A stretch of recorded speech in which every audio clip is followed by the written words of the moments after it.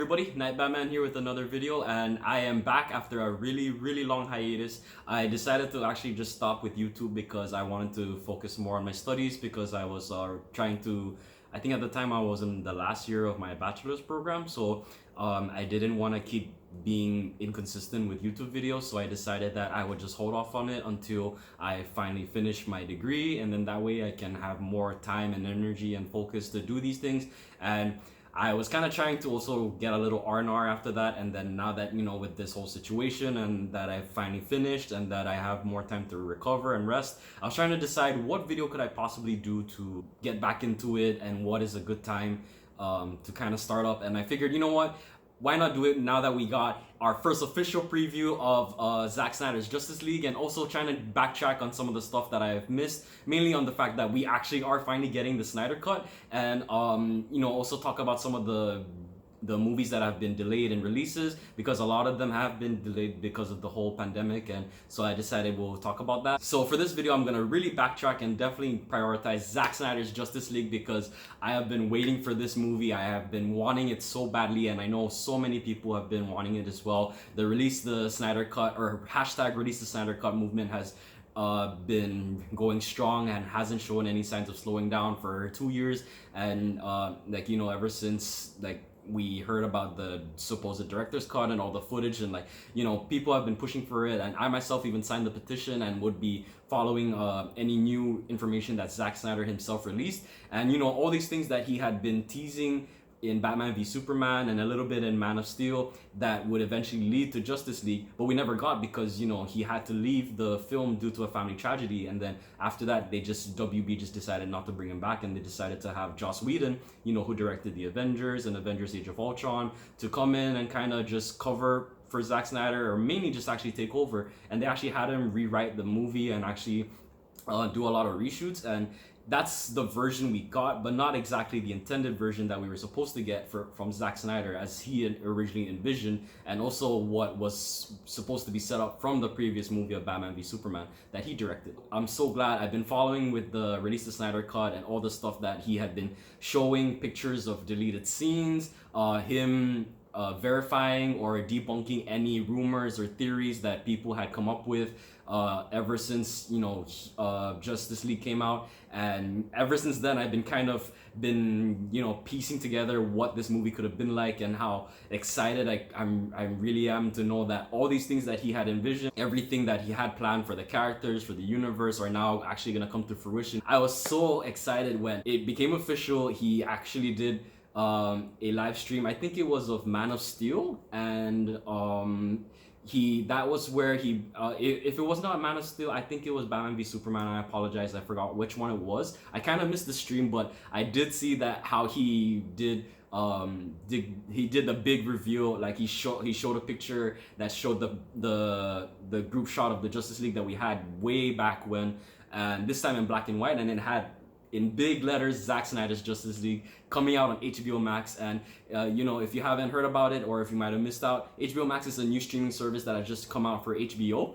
and it is host to a lot of Warner Brothers movies and projects. One of them, and a lot of them, of course, you know, Warner Brothers does make and distribute DC Comics film. It's no surprise that HBO Max is going to be backing this whole project. So what's going to happen is that Zack Snyder is going to be giving a huge budget where he can actually be able to finish the movie. The money he uses will be able to bring back the actors who have been wanting. They've even been voicing their support by retweeting Release the Snyder Cut, and how they've also been wanting to see Zack Snyder's intended vision come to life. So it's awesome that they really love and respect Zack Snyder, that they have been wanting to have his version come out. So that money that HBO Max has given to him, he will be using to help hire them back so that they can do some voiceovers to kind of add into the movie. I don't think that they will be shooting new footage from what I've heard, because they want him to use the footage he already has. So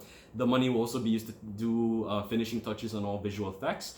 And then I'm assuming that yes, they will also use that money to hire a composer. With this cut, they're saying that they're kind of still deciding on whether or not it'll be a full 4-hour movie or if it's gonna be a 6-episode series. I'm down for either. I just hope that in the future they end up releasing it in a physical form, like in a Blu-ray or 4K Blu-ray, because that'd be really cool to own. Now, other than talking about the Snyder cut, I am also gonna do a reaction for the sneak peek preview for Justice League, Zack Snyder's Justice League, which is just released by HBO Max. And it's funny because this morning I was asleep, and then I had this dream. I don't know why, but I dreamt that like I had like a missed call, or you know when you see that missed call notification at the top of your phone.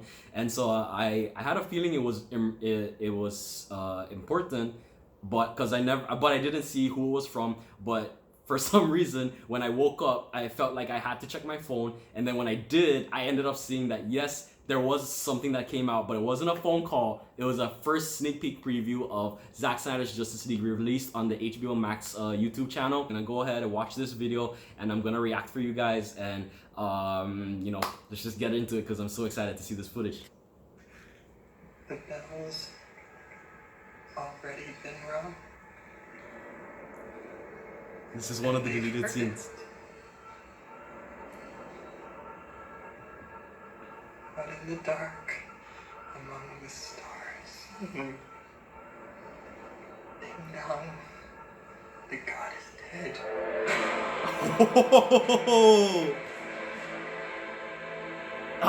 And that's it. That's all. They can't show much, I understand. That is definitely one of the deleted scenes. We did not see that in the theatrical cut for Justice League, but it's funny because as soon as I saw that, I automatically remembered that on Zack Snyder's Vero account, which is where he shows a lot of pictures or even storyboards of scenes that he shot that didn't make it into the movie, and this was one of them. So it is so awesome to actually see that play out on screen and know that we're gonna get that in the movie, because this is one scene that is supposed to do further setup for Darkseid. And I love how we got to see the fear in Diana's eyes, and how we got to see his mark on history with the hieroglyphics or the paintings or the murals, and you know, kind of also seeing the mother boxes in the background. And then we heard Jesse Eisenberg's voiceover from Batman v Superman about you know, talking about how the bell has been rung because basically Superman died in Batman v Superman, which meant that you know, he is the world's strongest and greatest hero. So with him gone, that basically leaves Earth open for attack, and you know, basically a better chance, a better opportunity for Darkseid to come in and take over. Our first look at Darkseid. Zack Snyder did share that shot of Darkseid online, but it's so cool to see it actually play out on the screen. It was actually the big battle for Earth, or the big invasion, which involved the Themyscirans, the Greek gods, the Green Lanterns, and the Atlanteans, and the humans trying to fight off the invaders. But then I guess that what originally Zack Snyder wanted was, he wanted Darkseid to be in that battle, because we didn't see him in the final cut, but it's nice to actually see him here front and center. I know that Steppenwolf is still gonna be a big role in this movie, because this is more so still supposed to set up Darkseid. We will see him in the movie, but he's still not really the main villain. So it was nice that they still gave us that little taste of Darkseid. And you know, who knows, maybe I could be wrong, and like we'll see him even more than we expected, but that is so awesome. So this is the part where I'm gonna share my thoughts, and then there will be one part that might be a little spoiler, so I'll let you guys know. But I know that Zack Snyder doesn't tend to kind of touch up on it. So for me, the thing I'm really excited for Zack Snyder's Justice League is how his characterizations or character development from Man of Steel, Batman v Superman, they're gonna carry over here. Me being a big Batman fan, I really believe Batman shouldn't kill. I'm really against it. I think that that is definitely his #1 rule. But I did let it slide for Batman v Superman, because I feel like since this is a Batman who's been at it for 20 years, he lost a Robin already. I'm pretty sure he's already experienced a Two-Face. So, you know, trust is really hard for him already. So the fact that he already now sees this alien who's a bigger threat than the regular threats he's used to, it's kind of made him cross his line. And I feel like that really showed like how filled with anger and hate he has towards Superman because of his past experiences as Batman, and also from what he saw from the big attack on Metropolis, because he already had some more losses there. So, you know, it kind of pushed him over to the edge. And so what I really liked about some of the things that was hinted that we are gonna see here in Zack Snyder's Justice League that was supposed to be, that actually was planned, was that Zack Snyder wanted Batman to actually atone for the lives he took in Batman v Superman, which is what actually makes me find the story with Batman more interesting now, because he had never wanted to kill people, but then since he did in Batman v Superman, it's interesting now that, like, with this movie, he actually does see, because he has that hope again. He's driven more back on track with what his experiences with Superman, and now he wants to actually atone for the lives he took. So I know that I did hear that Batman is more on like a suicidal mission in Justice League to try and kind of atone for the lives he took in Batman v Superman. So I really like that. I like that he actually does acknowledge that he did break his rules in the last movie, and this is his way of feeling that guilt and trying to make amends. He's protecting the world and trying to give his life to atone for that. So I really can't wait to see that play out. There is also a lot more setup with Cyborg. I know he was supposed to get more of an origin story in this, and he did kind of get that in the theatrical cut, but it wasn't as fleshed out as it was supposed to be. Zack Snyder did go on to say that Cyborg was meant to be like more the heart of the movie, which I could see, because a lot of the cut footage that we saw, we were supposed to see him playing football, we were supposed to see him just more footage of him in general, and we didn't really get a whole lot of that. Zack Snyder did intend where in Man of Steel he was gonna be this character who was unsure of his place in the world and his, like, using his powers, and how in Batman v Superman it would be the world reacting to it and whether or not they accept him. And then finally in Justice League, when he comes back and he kind of more understands and finds his place now, and is able to be a little more hopeful and optimistic than he was in the past, and be less conflicted and just know now where his place is in the world. So that's something that I'm glad that we can actually see, that progression that Zack Snyder had originally intended to go for. But one thing that I will talk about, and now I will say that this is kind of a spoiler as in regards to Robin. So I will put right here the timestamp that you can jump forward to, so that not that you can just skip ahead and just avoid the spoiler. But if you really don't mind, it's really not too big a spoiler. It's just who the real Robin is that we thought had already died. So I'm gonna say right now, spoiler alert. Now, it turns out that Zack Snyder had confirmed that the Robin who already died in Batman v Superman was Dick Grayson. This is a huge departure from the comics, because we had all assumed and thought, because being more comic accurate, the main Robin who we all knew who died was Jason Todd, and so we assumed that was his suit that was hanging in the Batcave. But it actually turns out that the Robin who died was Dick Grayson, the first Robin.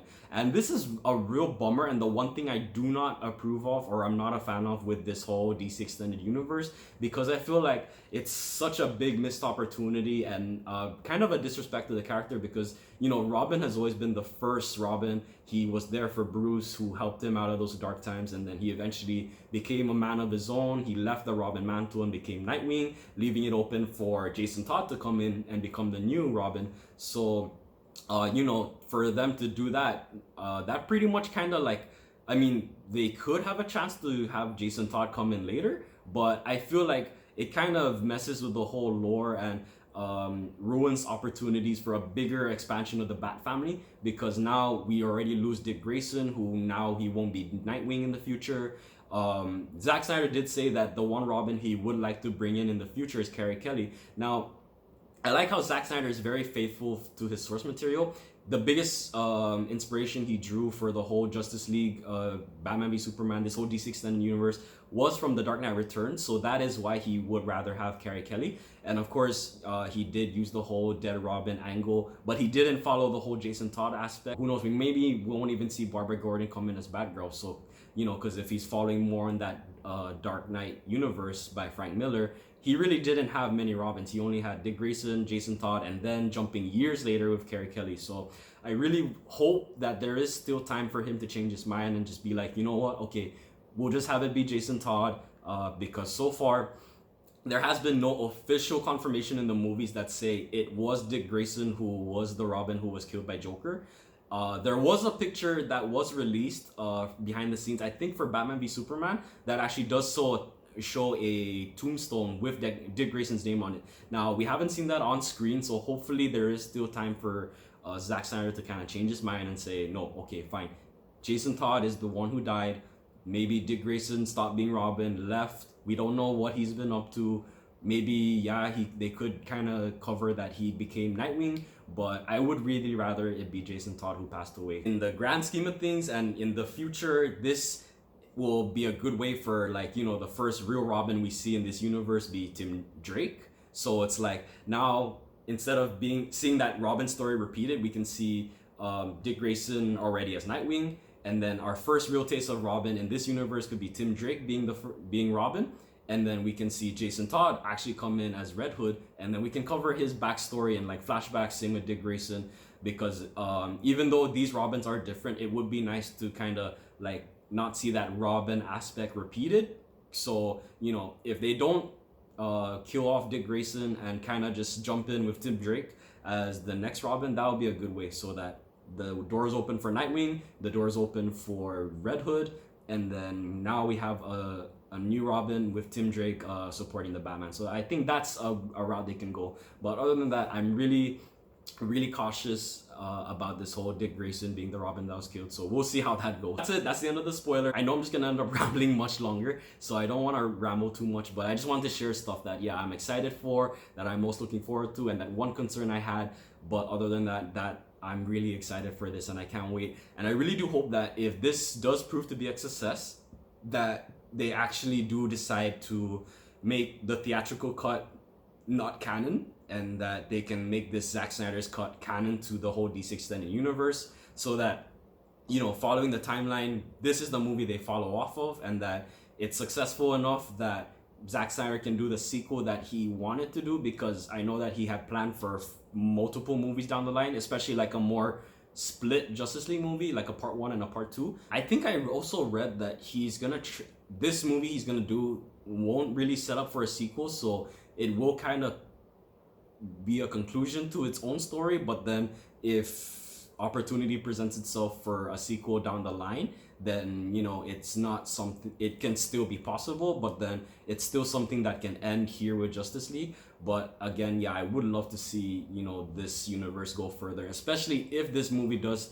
prove to be a success. I really do think it could be better than the theatrical cut we got, and if it does, then that'll be so awesome, and to see the universe expand even more so, especially with the other actors and characters who are supposed to show up in this. I know that Ryan Choi, who was supposed to be the Atom in the comics, actually does make an appearance here, so that's another character who, if we see, gets a bigger chance, or like that open door to kind of like jump into the foray and become a hero, because we already got after this we already had Shazam, and so you know, we've also had the we've only had the Suicide Squad, you know, showing the villains, so it would be nice to see other doors open for other heroes. Here, I'm hoping it doesn't get delayed, because I would love to see this either 4-hour movie or 6-episode series, whichever. It'd just be so awesome to see the full version. Be awesome, be safe, and take care until next time. Later.